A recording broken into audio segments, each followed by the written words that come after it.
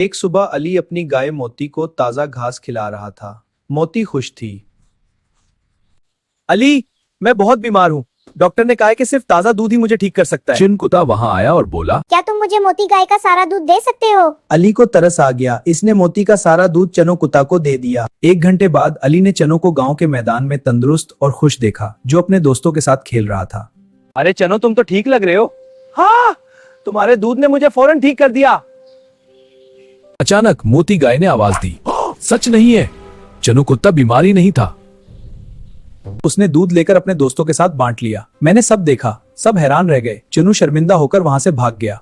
अगले दिन गांव का एक बाग तबाह हो गया। पौधे टूटे हुए थे। सब चनू कुत्ते को मोर्दे इल्जाम ठहरा रहे थे। मैंने नहीं किया, मैं मासूम हूँ। किसी को यकीन नहीं आया। तब अली और मोती गाय वहां पहुंचे। मैं जानता हूं कि असल मुजरिम कौन है। मैंने रात में बड़े हिरनों का रेवड़ बाग में घुसते देखा। चुनुकता बेगुनाह है। सबने बाग के किनारे पर हिरनों के पग देखे। मोती गाय ने सच कहा था। शुक्रिया मोती, तुमने मेरी इज्जत बचा ली। मैं आज से कभी झूठ नहीं बोलूंगा।